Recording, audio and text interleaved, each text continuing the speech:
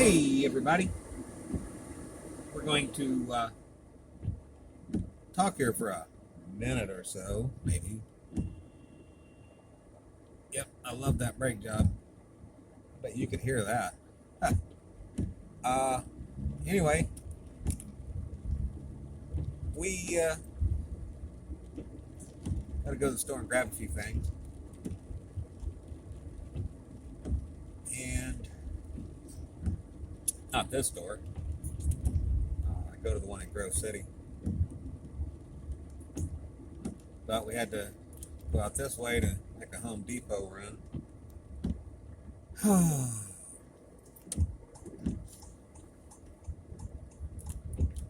But anyway,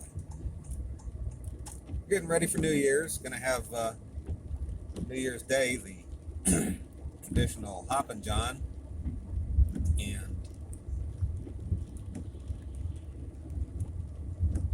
if you don't know what that is, look it up. It's for good luck all through the year. And man, do we need it! Yes! We all need some good luck. So get yourself some Hoppin' John. Get some, I don't care what kind of greens you get. Get some collard greens, mustard greens, turnip greens, plain old spinach, whatever you got to get, you know?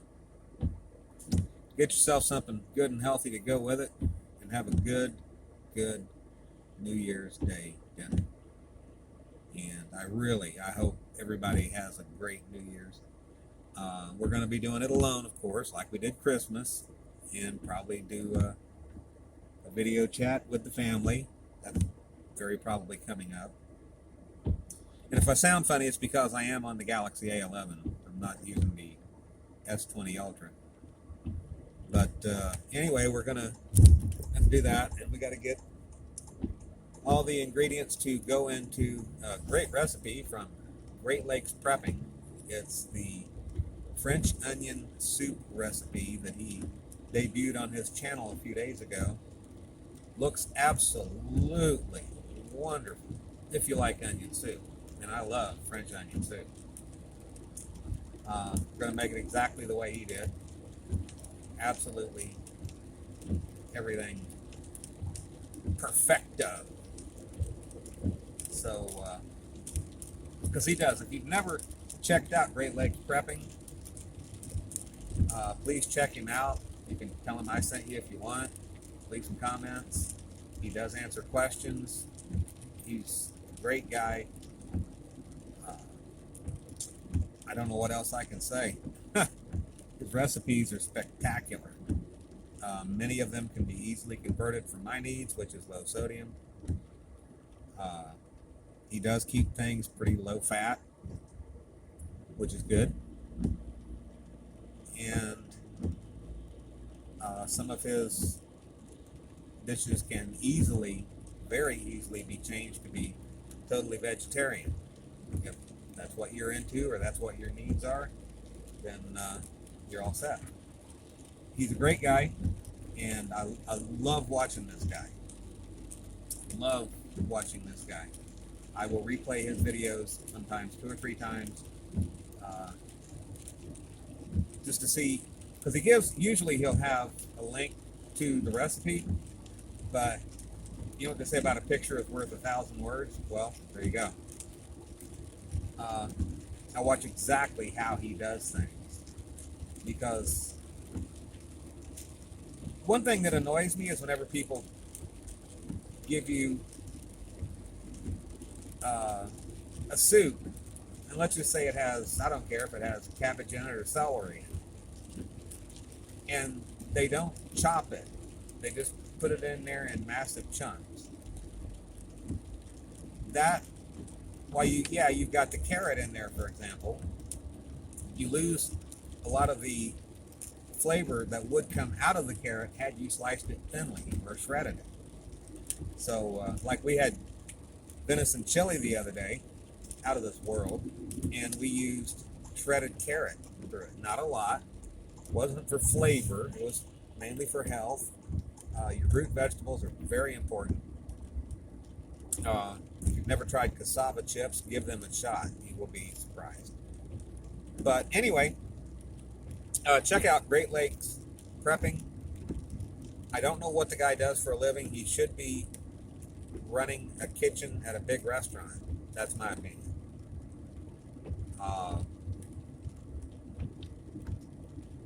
He may be a telemarketer. He might be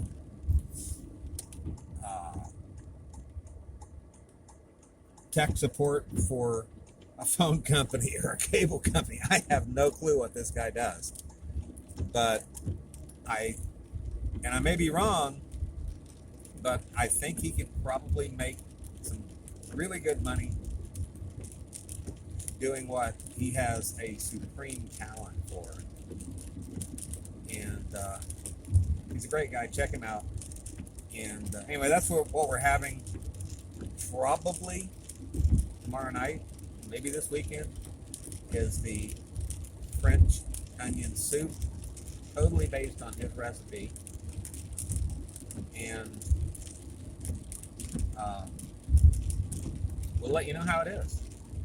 Probably upload a brief video of it, maybe pictures on Instagram or something. Because I enjoy seeing what everybody else is eating. Call me weird. T Electric, I don't know if you ever watched T Electric. He does the mukbang videos, and you can see what he's eating. And man, he stole my heart the other day because he's sitting there eating greens, and I'm like, oh. Because where I live, it's so hard to find fresh any kind of greens. If you find them, they're half brown. And where I grew up, you could find them everywhere. And that was a regular thing for us. We had lots of collard greens, mustard greens, turnip greens. Spinach in a can, not so often. But this is a true story. My great-grandmother, she lived to be 2 months shy of 93. And that woman ate acres and acres and acres of greens. I am not kidding. I'm not saying do that and you're going to live to be 93 years old, but I'm telling you the facts. This woman was in pretty decent health up until the time she actually passed away at 2 months short of 93 years old. So yeah, I think healthy eating makes a big deal about your health. I know I didn't used to eat as healthy as I should and had 3 heart attacks. I learned the hard way. You know, things that all the different, even just salt, table salt, things that it can do to the human body if you have more than you really need, and you do need it. They just said that, and I hope everyone read this, as far as the people in Spain that died from COVID, 80% of them were low on vitamin D. Now, so far, this may be one of those knock on wood moments. I haven't gotten it. I had pneumonia back at the first of the year, which they just said was pneumonia. But that was back in January, before everything really took off with COVID. But that was whenever they were calling it the Wuhan virus. But anyway, my doctor, a couple years ago, my new doctor, because my other doctor, he retired, and sadly, he passed away just in the last 6 months. He and I shared a lot of the same health issues. And anyway, my new doctor, she went over all my blood work thoroughly, and not to bore you or anything, but she said I was very low on vitamin D.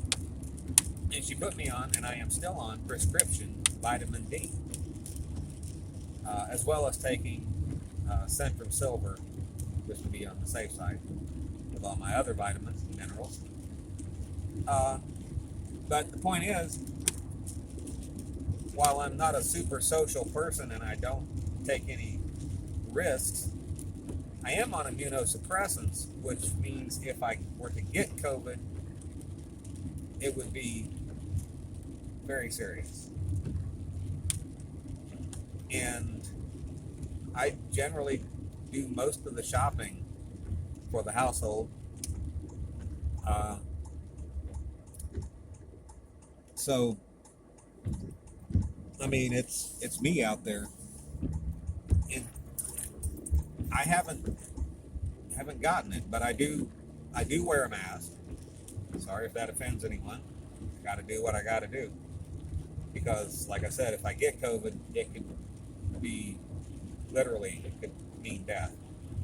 It could mean death if I got the flu or pneumonia again. I mean, I'm on immunosuppressants. That pretty much says it all. But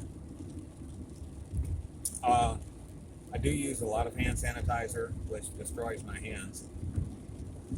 My hands are so dry, I could use them to strike a match on. But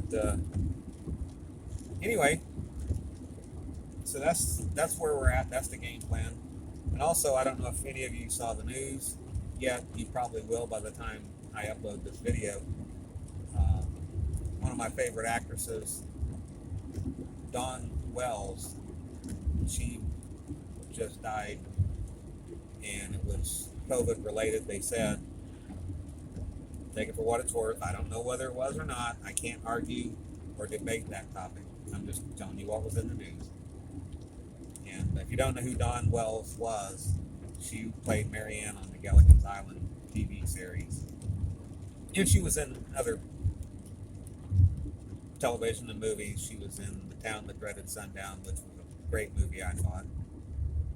She didn't have a huge part in it, but she was a victim in it and played it quite well. Actually, one of the victims who survived the attacks in real life is the character she played.